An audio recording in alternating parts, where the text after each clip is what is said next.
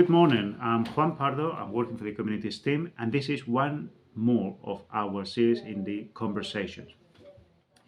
We are talking about different topics which are priorities for us in Leicestershire County Council, but also they have a significant importance for the residents in Leicestershire.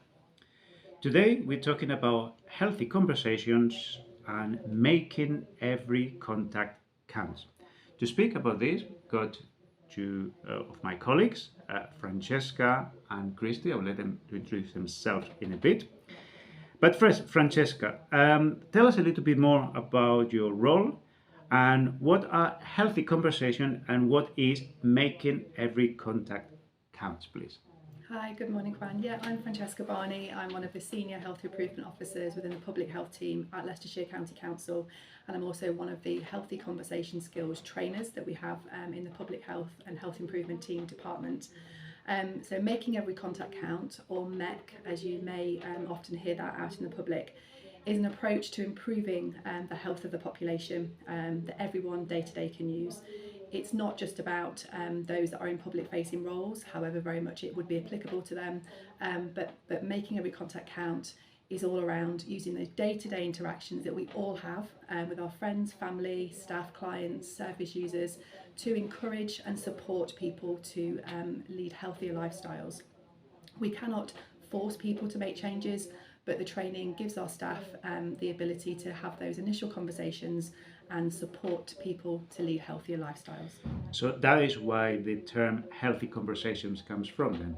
Correct, yeah. So locally in Leicestershire, we've localised the national training and we call it Healthy Conversation Skills, and we offer this out to all of our staff to train and gain those practical tips to encourage them to have those conversations within the public. Okay, so I understand because you're a trainer as well in the program. How is Leicestershire County Council using the MECC to apply these principles on those healthy conversations, and who are you working with? Who have you worked with? Yeah, so we've trained in the last year, 2023, we trained just under 40 staff from a various background of different roles, local area coordinators, and we have Christy here today with us, which we'll talk about in a second, mental health workers, first contact plus advisors, warm home service staff, to name a few. But as I said, it's not just those that are in public facing roles, and we offer the training 4 times a year for staff to come along and gain practical skills, have the confidence to have those conversations with their service users, and also we offer a big signposting package of opportunities for local services where people can find more information on. So Christy, if you'd like to just introduce yourself, who are you, what role do you do, and then we can have a little conversation around the training that you've been on and how you've used that. Absolutely. So my name's Christy. I am a local area coordinator. I'm fairly new in post, but even previous to this role, I have worked in very public facing roles. So local area coordination is about looking at what a good life is for the individuals that I work with, and also working with communities in building resilience and strong communities. Brilliant. And when did you go on the training, Christy? So it was just under a couple of months ago now that I completed the training.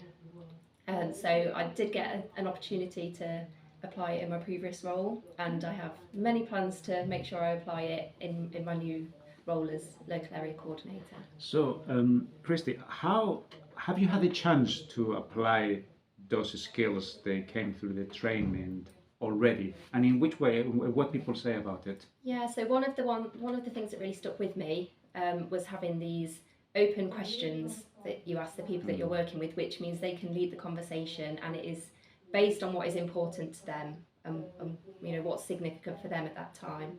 So that's something that I've been finding really useful, and it really encourages the individuals that I work with to open up and also to self-reflect and really think about what it is that they want to achieve and how they can go about doing that. Good. So finally, just it would be interesting to see and to know if you have any feedback, even if it's informal, from some of the people that you talk to, so we can see the consequence, or hopefully the positive consequence of A, you receiving the training, B, put it into practice. What did people say, and how do you think people receive that?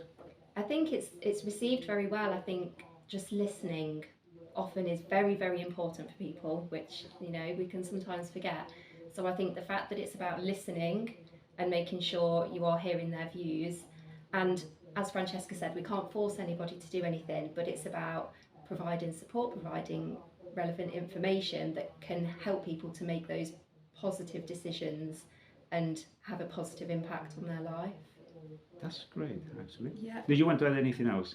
Yeah, and just as Christy said, that the training talks a lot about the influences that affect individuals' lives and how we as trainers can appreciate those factors that are influencing people's lives, because everyone has a different set of circumstances.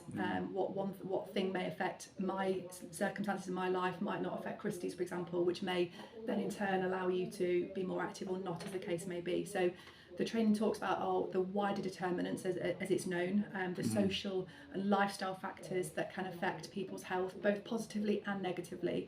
And as Christy said, allowing our staff to have the time to talk to people and listen to their factors is a key part of the training, and we provide a lot of time within the training to allow that to happen.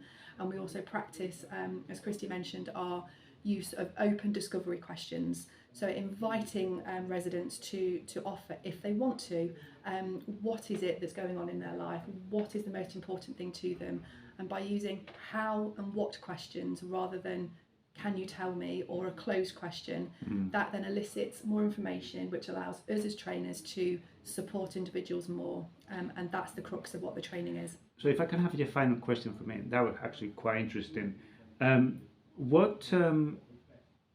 From the point of view of communities and those conversations that you haven't, Christy, how long does it take having that conversation? Is it something that you don't have a predetermined time, or are you thinking, okay, this is more or less it's going to be?